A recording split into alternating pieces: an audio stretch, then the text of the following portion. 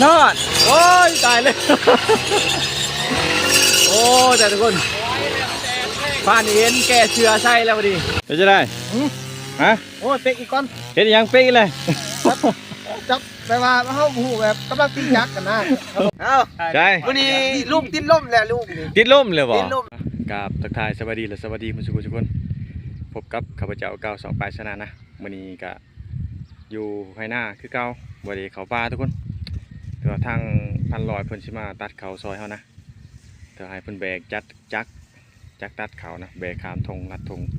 จากพุ่นสูงทุกคนมาหานางเล่าเพิ่นว่าโอ้ยมีเงินเติมน้ำมันรถนะมียางหลัดมาทั้งทีแหละว่ายางมาแต่ว่ามันกับบริใกล้ทุกคนเราผ่าหวยนะหน้ากับบริใกล้กันได้แต่ว่าหน้าเขากับผ่าเบื้องนี่นะหน้าเบื้องกับผ่าเบื้องนั้นยางขามก็ประมาณ1 กิโลแหละบ่ไกลบ่ได้ดอกทุกคนประมาณนี้แหละก็หอดแต่ว่าปันนี้เพิ่นกำลังสิออกมาเพิ่นว่าเขากระถา7-8 โมงในปันนี้ก็สิเมนแดดแน่ได้มื้อนี้ก็ได้แต่ว่าเขาลงมามัดเข่าถานะนี่เขาก็บ่งามทุกคนเพราะว่ามันก็อยู่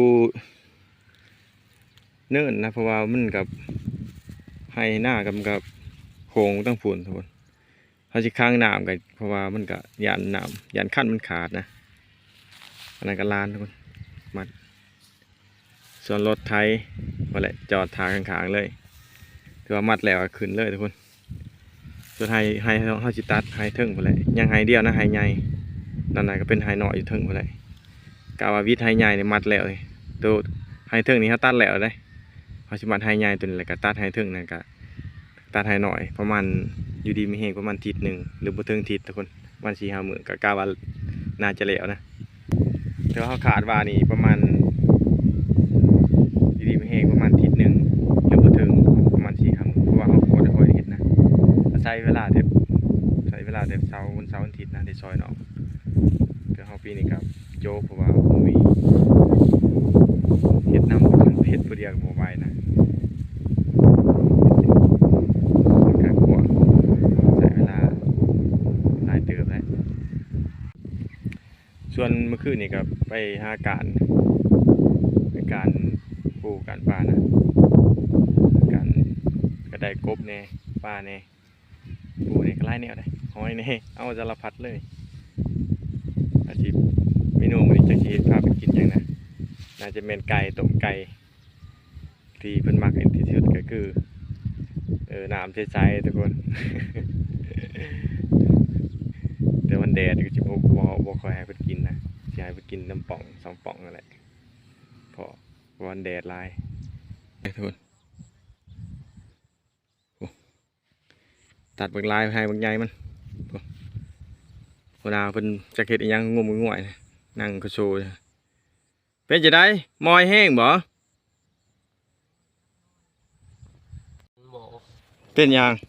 หัวเทียนหันบ่หัวเทียนหันบ่ออกมันเป็นจะได้มันแม่นบ่นำหัวเทียน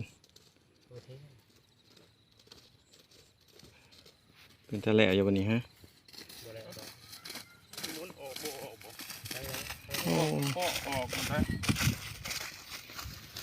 ใส่2 เครื่องก็ได้นี่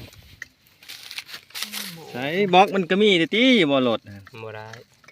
ฮะมันบ่ลมบ่ฮะโอ้นอนไหวก็เท่แล้วเนาะ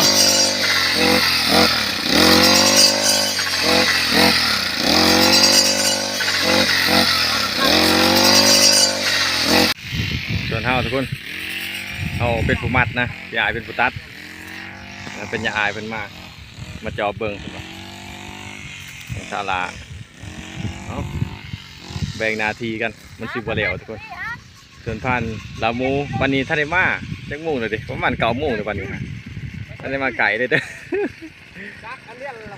มารอบเที่ยงมาจากต้องโผล่เพื่อนนะว่าทางก็ลำบากนะเบรกจักมันก็ลำบากยางผ้ารถหลบนะเลยไปหาเป็นยางหลักไก่มันก็บ่ไกล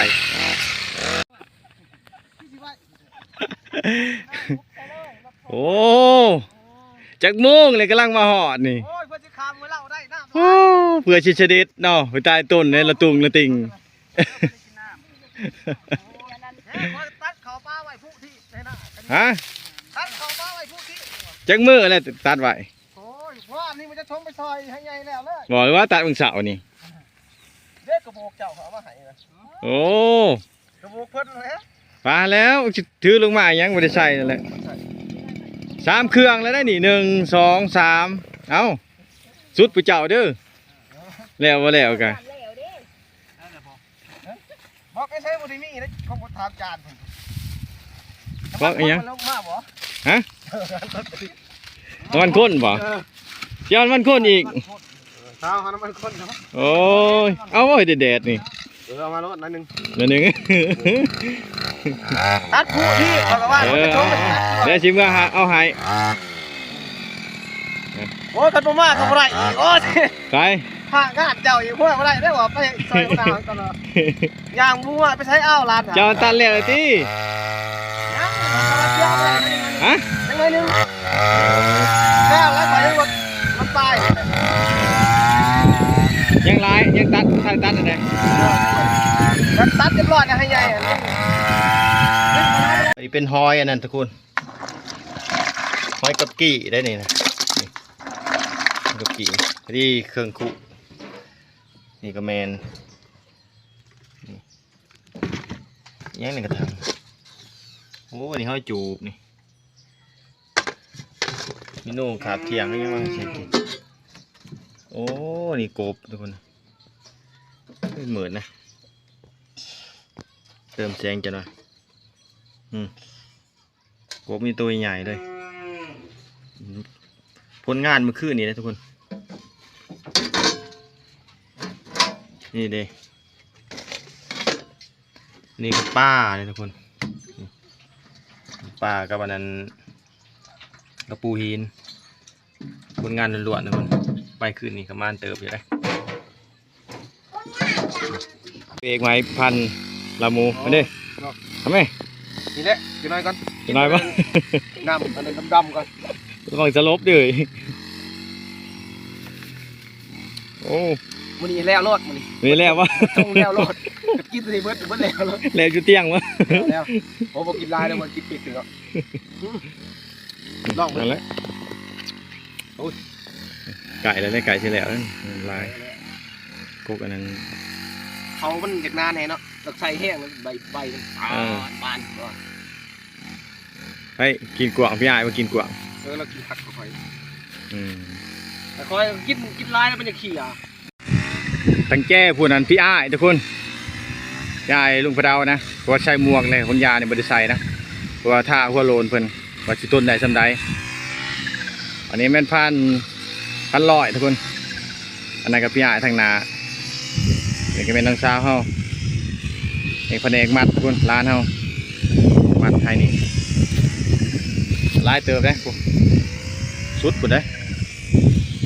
กำลังได้ไก่ชิเกิงแล้วทุกคนทางจันร้อยในหน้าเพื่อนนี่นกบินไปไก่ไปไหนทุกคนถือปืนเลาะเลยหวนเลยท่านี้เลาะตะเวนเลยนะเลยขึ้นไปนะขึ้นไปเที่ยงนะทุกคนว่าแต่ตอนเช้าตอนแรงตอนเที่ยงเลาะเลยได้เอาถือว่าสมควรในตัดงามเติบเลยทุกคนเป็นแถวไปเลยเอาขาดว่าให้มันแหลวขาบเสานะให้ตัวนี้พันลอยกับขยันเพิ่นว่าคุ้มก่อนเพิ่นว่าเอาจากบาทเป็กสองบาทเลยบ้านที่พี่อ้ายนี่ป้าว่าเบิ้งแทกเบิ้งผู้ได้ชีข้าวกูกันนี่ไปเลยอันนั้นพี่อ้ายทางอันนั้นมือโค้งขี้หน้านี่พี่อ้ายอยู่กับบ้านเลยทุกคนบางอย่างนี่คักเลยว่าบ่ได้ใส่หมวกแต่ว่านี่โอ้เพิ่นได้อ้ายกล่องทุกคนให้เบิ่งทางงอนก็เอ้าเพิ่นว่าแดดคักอีหลีนี่แกะเสือใส่ได้นี่แต่ว่าตอนนี้เพิ่นใส่ก่อนเพิ่นว่าให้มันเย็นก่อนนี่ตัวตัดนี่เป็นแถวเลยทุกคนงามนะโอ้ผ่านลามูขยันอันนี้มื้อนี้ประเภทหน้าเพิ่นเองบ่ได้ขยันทุกคนประมาณ2แถวเลยขึ้นไปกินเหล้ามาพี่เพิ่นขยันเด้นี่โอ้ ปกติกับบ่คอยมาไก่เด้อทุกคนนี่นะบ่ได้คอยมาไก่ให้หน้าบ่ได้สงสัยพี่เขาล่าง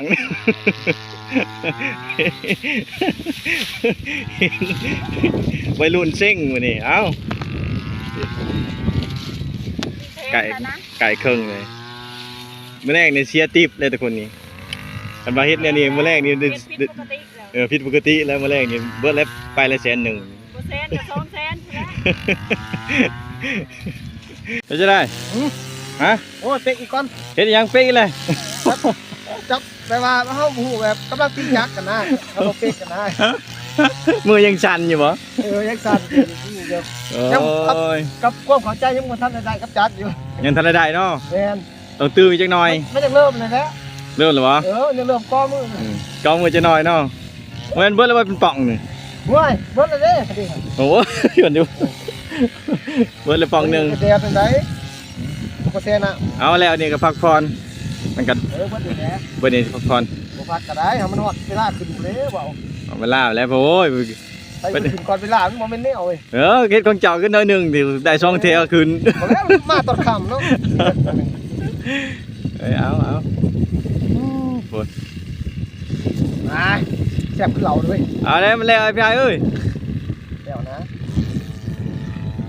คิดเราได้แล้ว ไปฆ่าตัวนั้นนะห่อดูเลย เฮ็ดหลายจองแล้วบ่เฮ็ดทุกมันเด้อ ใช่เลยถามพี่ใหญ่เบิ้ง แต่ว่าเขามันนานมันจะเปลืองในจังหวัดเพราะว่าเขาเล่นเอาบ่เล่นมันจะแบบกลายว่ามันกองนะเปลืองในจังหวัดนะ เห็นหรือเปล่าใช่ นี่ตะพาแดง วันนี้ตัด3 เครื่องเลย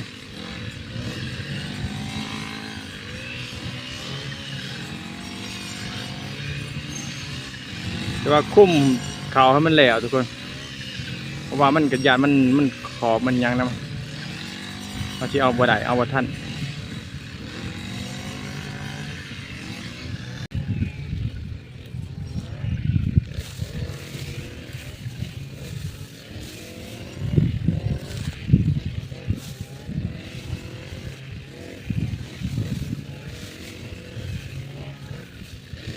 อร่อยมันตัดเข้าไปทุกวัน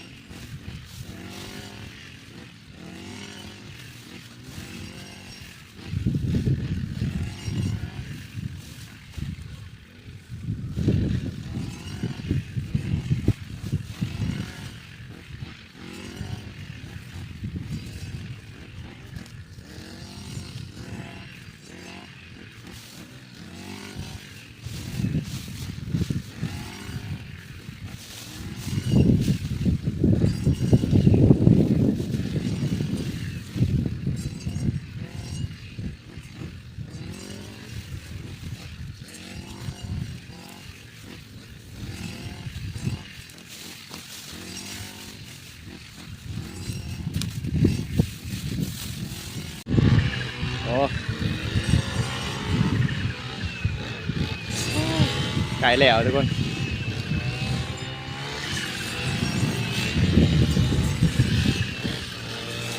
30 มัดวันนี้ฟันลอยจัดไป ผ่านอีเห็น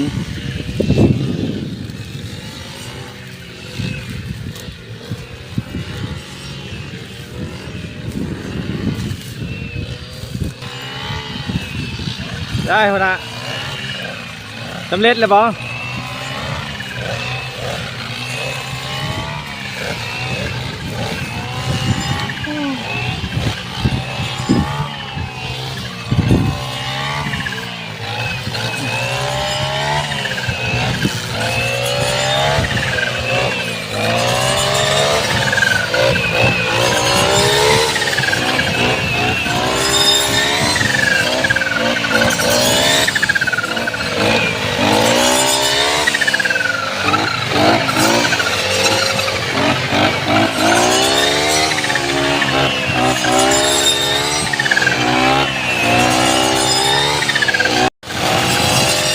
ผ่านลอยขยันขนาด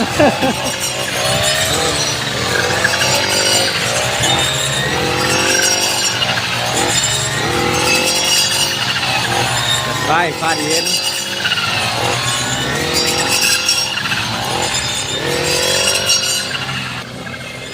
ได้ใช่ช่วยยิ้มใกล้แล้วแล้วยิ้มเนาะ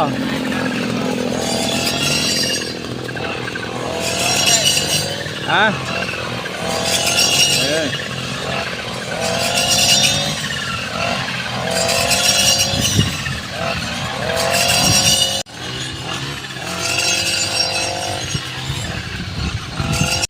ยังเลยจะมาถอดเสื้ออะไรวะนี่นอดโอ้ยตายเลยโอ้แต่ทุกคนผ่านเห็นแกเสื้อใส่แล้ววะนี่แกทำไมแกเสื้อใส่เนาะเอาจัดไปติดแรงกระชากแล้วนี่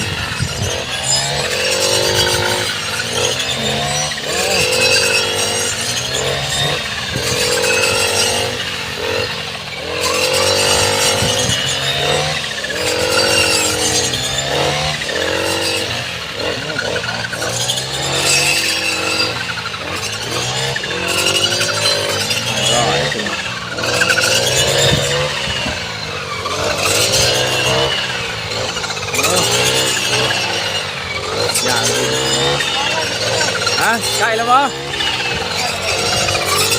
ยังนิดเดียวทุกคนยังนิดเดียว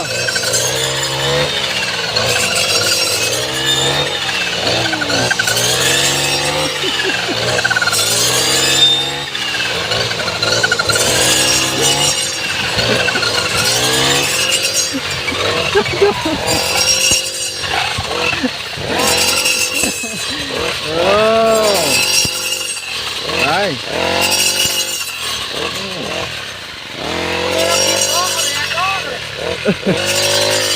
เอาซ้ำ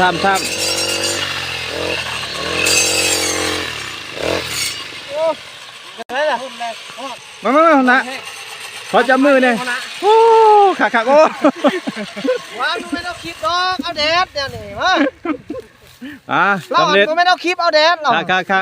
ครับบ่ครับยายครับโอ้ยไล่เตือไปไหนใกล้บ่ใส่แกใส่จะส่งสลิปเนาะต่อไปใส่สลิปประจักษ์มันหอนลายให้ลุ่มกับมัดทันแล้วต่อให้ถึงแล้วนี่ก็อย่าโอเคเลยนะยังที่ให้หน่อยถึงจัดเลยมาแรกนี่บ่ต้องมัดมือไม้ก็จะมาร้อยมัดน้ำไม่ละเพราะว่าเขาเจ้านะยันยัวกันตัดเลยบ่เขาจะตัดให้โตมาแรกนี่พวกมีแบบมีกำลังนะแล้วโอ้ยังมีกำลังเนาะโอ้ยมีเลยไปคืนได้มั้ยนี่แดดเลยงงเลยนี่น้อยมันเที่ยงแล้วบ่เมนูไอ้พันลอยเพิ่นกินนะบ่มีหยังก๋วยจิรอมื้อแรงกินไก่เพิ่นจิรอแล้วก็หยังก้อยปลาซิวแล้วก็มักทั่วเพิ่นเอามาอีกได้กินของเพิ่นทั่วกินของเพิ่นอีกแล้วก็กินไปเรื่อยแล้วมันกินนี่ก็กินปนกบทุกคนอาหารบ้านนาเฮานะบ่แม่นนินเขากินนินเวียกกูเลยฮะนินเวียกบ่ไปสิเป็นนินเขากินเว้ยโอ้กันนี่เขากินจะพุ่นแล้วยับมาเลยโต๊ะต้องพูดได้บ่เอามื้อนี้กินข้าวปะนะอย่าเผาลิ้นนะตัวเนี้ยโอ้ยก็ลิ้นแล้วโอ้ยเป็กเลยแล้วโอ้ยมีหันไอ้นักร้องใต้ดินนะโอ้นักร้องใต้ดินก็มีอันนี้เด้นักร้องยังนี่นักร้องลุงคุณย่าไว้นี่เมาแล้วมื้อนี้ ใช่แล้วเพิ่นมันถือกระป๋องเลยพี่ชายระเบิด มวนเตวนาบ่ได้แลกแก่เสือใส่แล้วได้นี่ เพิ่นเข้าคลิปเพิ่นไปเอาแดดเพิ่นน่ะ ฮ้อนเท่าใดแฮงคัก โอ้โห แก่เสือใส่โลดคนจะตายแต่กันเพิ่นเย็นดีเพิ่นว่า เสียเราเพิ่นโอ้ย ในภาพที่เห็น โอ้ ทะยาเพิ่น คนเขตนี่ไผแค่สารวัตรนี่ บ่ได้เวียนหยังหมูมีนี่บ่ได้วน คนนี้ถือเละค่ะ บ่ได้ยิงหมูเห็นภาพนี่ยังนี่ยิงแต่เห็นนี่แหละไปเวียนแต่เห็น เด้อลุงเด้อเด้อลุงนี่ก็ลุงคือกันแหละแต่ว่าไปโฆษณาคือเก่า เอา ก็ลุงแน่มาเมียข่อยแนะนำมาตะนั้นเด้ นี่มากินเรานี่ก็เว้าหลายกินน้อยครับมากินเราเขาบ่ได้ปลากะทิทุเรียนนี่เด้อ ลาคัน ข่อยมาซ้ำ กันบ่เว้าก็บ่ม่วน เอาเลยเนาะตัดเข่าวันนี้พ่อบ่ ฮะ ตัดบ่ได้แล้ววันนี้เมา ไอ้ เล นอย นบ่ นอนแล้ว โตัดได้เบิดข่อย โอ้ย ตัดได้ เดี๋ยวกินข้าวกันทุกคนถือว่าอาหารกับอาหารบ้านหน้าได้ เออ เป็นธรรมศาสตร์เลยโอ้ กะลุง ไป กะลุงแล้ว หายจอก เจ้า เติม นี่เปิ้นจะ พัน นี่ ลอย กัน จัด กะลุง จัด นะ ให้เตี้ย นี่ เมาอะไรเตือก็ได้ ว้าย ว้ายมีเมาอย่างนี้ไม่ เสี ใช่ ยง เด็กนอน จัด นะ นะ ยานใช่พี่ไอที่ได้มัดเขาผู้เดียวเลยเนี่ย จักมั่งมองว่าสิพังเชียงจักกลับไป เพิ่น บอกมาว่า ฮะ ญาตินูซ้ำนี่ เอา เจ้าบ่นิ่นมันขาดนี่เจ้าเฮ็ดจะได้เขาทำอ่ะ เมาเลยบ่ใช่ได บ่ได้เมาเจ้านิ่นไปทุกเที่ยวก็สิเอาซ้ำนี่ก็ได้อยู่ บ่ได้ นิ่น เมา ซ้ำนี่ได้สายไปจังซี่ได้อยู่แม่นบ่ลูก บ่ได้เมาเป็นคนบางมวนเนาะ คนม่วนคอยเว้าพบจริงกับบ้างถ้าซ้ำนี่พอดีงามเนาะผู้เดียวแกง แม่ ถ้าจักว่าซ้ำนี่มึงตายโลด อืม นี่ มันบ่ได้ได้มันล่มได้แม่นมันล่ะ แม่น เขาจิว่าเฮาตัดบ่เป็นแต่ยิงแล้วเฮาร้อยได้ตัดยิงนี่แม่มันก็เบิ่งเรา วันนี้พายโฆษณาพากินอิหยัง โอ้ย อาหารบ้านหน้า อาหารมันหน้าทุกคน เอา วันนี้ขอมุกขอบใจเพิ่นหลายแต่ว่าอาหารตอนเที่ยงทุกคนมีกว่าประเทศมีกบ แซ่บเนาะก่อนไปชิวเนาะ แม่นนี่เห็นบ่นี่ เบิ่งเขาเชียดเดี๋ยวจะเบิ่งขี้เลียดถวยไป แล้ว ไปก่อยไปข่อยสิฮู้คนก่อย เจ้าหลาได้ก่อยนี่ ป้าข่อยนี่น้องหลายโพดแต่ว่ามันบ่แซ่บ นี่อัน แต่ว่า ป ป น น ก ก บ บไปข่อยสิมันจะเบิ่ง จิรอยังเหลือ2ตัวแต่วันนี้ ที่ว่าแซ่บหลาย แซ่บหลายทุกคน นี่แหละจะกินเป็ดเนาะ ตัวนี้ บ่แม่นกินไก่ กินได้ก็ได้แต่ไป บ่ได้ นี่ ต้มไก่ ตัวนี้แก้มไปก่อนนี่ปนกบกักอะไรเนี่ยปนกบ เจ้ายังสิไปหาพันกระปูอยู่ได้ กะไปไงบ่ไปบ่ได้บักห่าเนี่ยว่าบักห่าไป จักหอดใส่แล้วเพิ่นจักแหล้วจักบ่หรือว่าเป็นใส่ของงาน เขามันจะจุกทุกคนนะ อืม ท่านจุกหรอก โอ้ มันดำเขามันดำไปตัวนั้นแหละมันดำไปเพื่อมันบ่อยาก อืม เพื่อไปเสก หน้าหวานติหน้าหวานติเพิ่นเฮ็ด ฮะ หน้าหวาน หน้าว่านเนี่ยมันดำดิ บ่คือจังว่าหวานแล้วก็ไปฉีดยาเพิ่นตายเบิด มันดำมาอีก ดำไหม้บ่ เอ้า ใช่ วันนี้ลูกติดล่มแล้วลูกนี่ ติดลมเลยบ่ ติดลมแล้วเฮาก็ติดลมคือกัน ติดลมคือกันนี่ เฮ้ยห้องประตัดรถจักรเบิ่งติดพ่อยนี่เขาเครียดไอ้โต โอ้ เฮ้ เฮ็ ย ด นอนปังงางดิ เฮ็ดเพชรเชยเนาะเจ้าเนาะ ห่วยเซยแล้วอ่ะ โอ้ครับเนาะ บ่ได้แล้วดีแนวนี้แหล้วเฮาก็เฮ็ดเวียกหมู่นี่จะเขียวแน่ คอย มอง วิ่ง ก็เฮ็ดได้ โอ้ แต่ว่าเฮ็ดเวียกตัวเองนี่จะพอเนาะ วันนี้นางอยู่ขึ้นเทิดนี่บ่ โอ้ยคือเก่า นั่นเดี๋ยวว่าแล้ว ตัดนี่ก็ได้นี่พวกเรานี่ โอ้ ตัดนี่พ่อเพิ่นว่า มื้อ ไอ้ เรา ลูกพี่เราเด้อ อื่นตัดแล้ว มือตัดแล้ว เออทางทางนี้แหละเฮาสิไป นี่ซ้ำ นี่ นี่แล้วผลงานเฮา มัดยังบ่ได้มัดไอ้ปลาอยู่พูด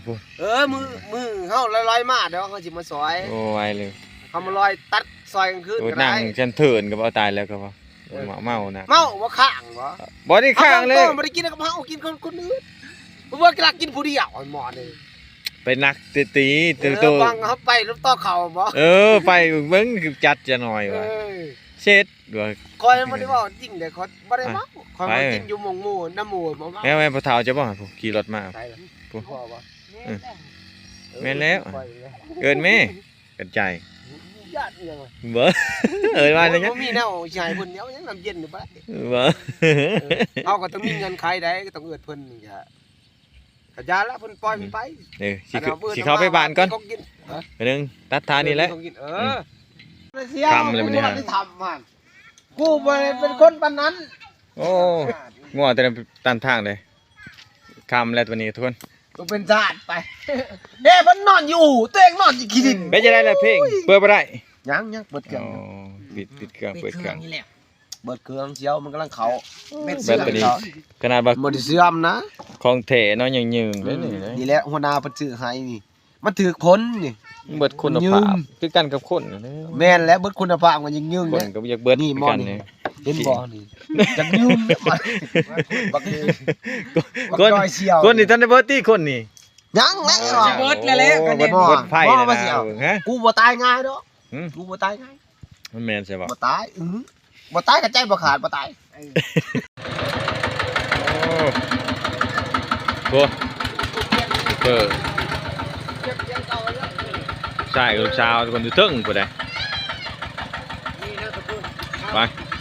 เอ้าเฮากลับมาเฮือนได้บ่นี่ เอากัน โอ้เรามาเฮ็ดเวียกมื้อเดียวมีผู้สาวสนใจเด้ โอ้ เขาต้องการเบอร์เด้นี่ บ่เป็นหยังบ่เป็นหยังเอาคนไปเลย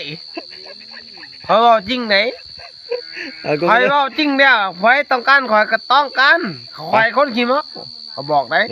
ไปครับ ข่อยขี้เมาได้ข่อยเมาได้กินได้ ไปมื้อเฮือน เฮ็ดได้ เปิดมานอนอยู่เฮือนไปแล้วพักผ่อน จะไว้ใครจะเบิดบ่นี่ โอ้ยใครเบิดแล้ว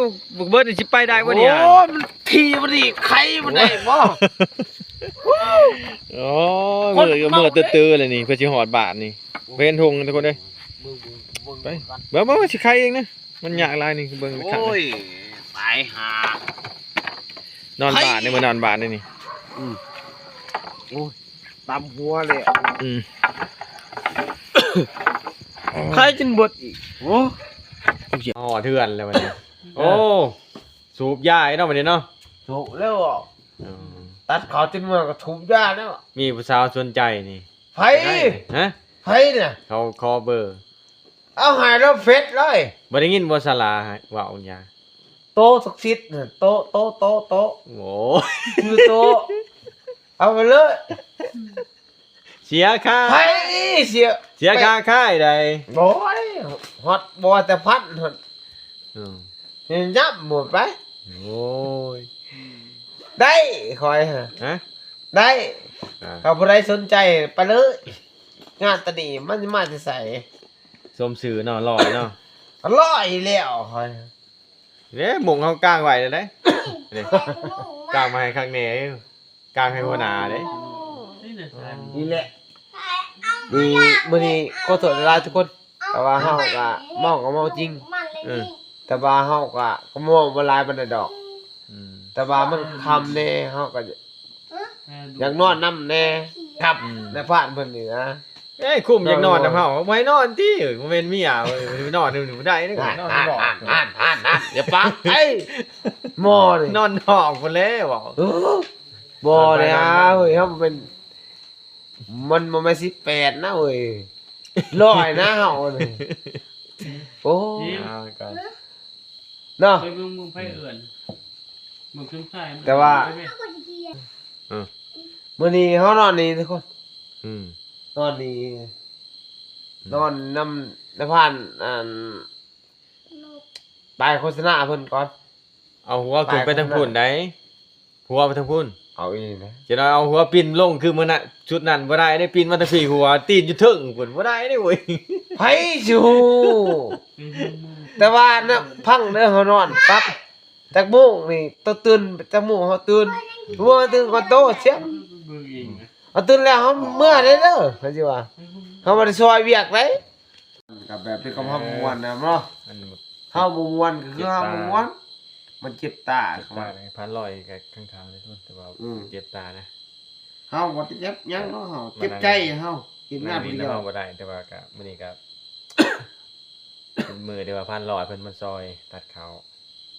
ก็นั่งลิ้นจักหน่อย ร้อยเฮามัน ธรรมดาของผู้ชายทุกคนพอกันกันในนี้แหละ ห่วย มีกิน เออ จักหน่อย มีกินแน่ทุกคน โอ้ยครั้งแรกจะบอกถึงแล้ว เออ อันว่าถ้าบ่กินนี่ จัก บ่ได้แม่นผู้ชายน่ะไป จักเทื่ออะไรจับมื้อนี้ เออเจ้าว่าถึงแล้วจะว่าคำว่าธรรมดาของผู้ชาย อืม ต้องไม่กินต้องมีแน่ นะ ถ้าบ่กินมันผู้ชายเด้อ คอมเมนต์เว้าคางเข้าคางตัวเองได้นี่ผู้ชายแต่ว่าบ่กินเหล้านึ่งมานี่มีพยานในตู้ แม่น พยานในตู้ก็มีส่วนหนึง แม่น ผู้ที่บ่กินแท้ๆก็ สองมายัง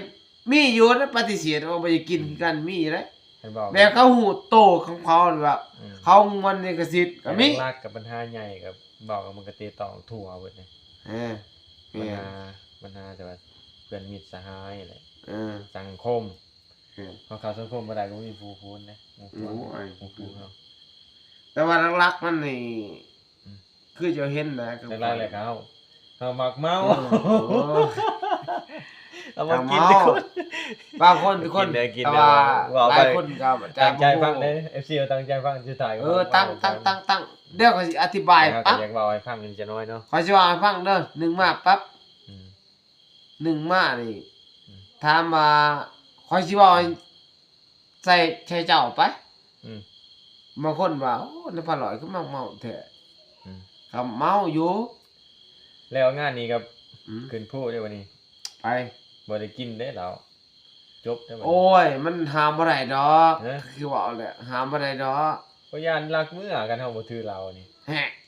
มันหามบ่ได้คือข่อยนี่บางคน รัก ว่า เมื่อปลาเลยกันบ่ถือเราให้เพิ่นกินนี่บ่ได้เรื่องในเบิ่งคักนึง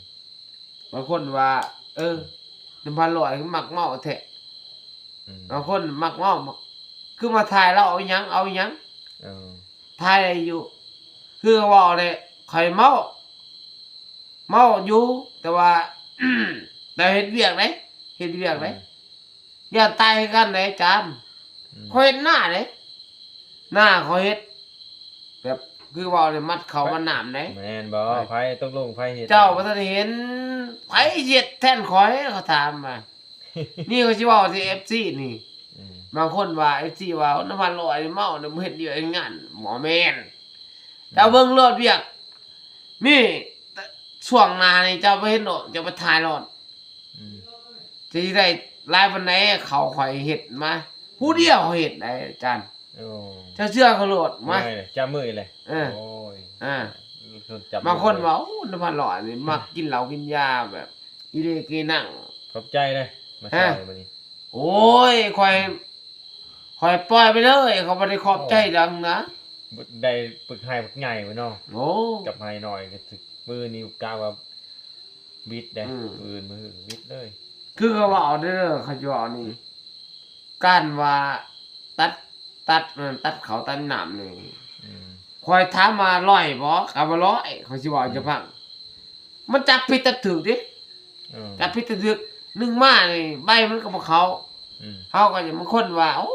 น้ำมันร้อยเขาเล่งแห้งแท้ อืม ก็เล่งอยู่เขาบ่เล่งแห้งมันบ่ได้ FC หลายคนเนาะอาจจะเข้าใจว่าเฮาเล่ง อืมเล่นคอย เล่ง บ่ได้เนาะ เล่งคอยมันบ้างบ่ได้เด้ คือการกำมาเว้าคอยบ่ได้ยิน แม่น เว้าแห้งๆคือเจ้า แม่ เดี๋ยวน จะน้อยทั่วทีเลยบ่ได้ แม่นตัวทีมตึงไปเลยหน่อยนี่ทุกคนปัญหาตัวนี้เด้อสิเว้า